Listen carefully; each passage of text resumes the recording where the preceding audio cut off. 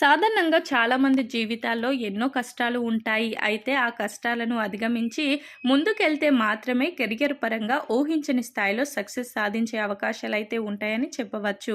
చేతిలో చిల్లిగవ్వ లేకపోయినా ఆత్మస్థైర్యంతో కష్టపడితే ఏదో ఒక రోజు లక్ష్యాలను సాధించే అవకాశం అయితే ఉంటుంది.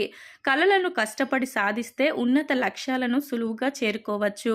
జులేఖా సక్సెస్ స్టోరీ ప్రస్తుతం సోషల్ మీడియా వేదికగా వైరల్ అవుతుండగా ఆమె సక్సెస్ స్టోరీ ప్రస్తుతం నెట్టింట హాట్ టాపిక్ అవుతుంది.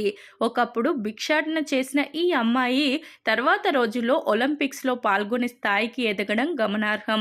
అనాథాశ్రమంలో పెరిగిన జులేఖ ఎంతో కష్టపడి వాలీబాల్ నేర్చుకున్నారు. జులేఖ ఎంతో కష్టపడి అబుదాబి స్పెషల్ వరల్డ్ సమ్మర్ గేమ్స్లో పాల్గొన్నారు.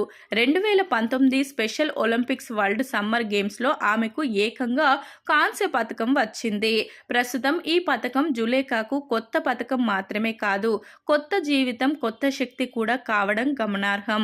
స్పోర్ట్స్ టీచర్ అశోక రామచంద్రన్ సపోర్ట్తో జులేఖ వాలీబాల్ను నేర్చుకోవడం జరిగింది.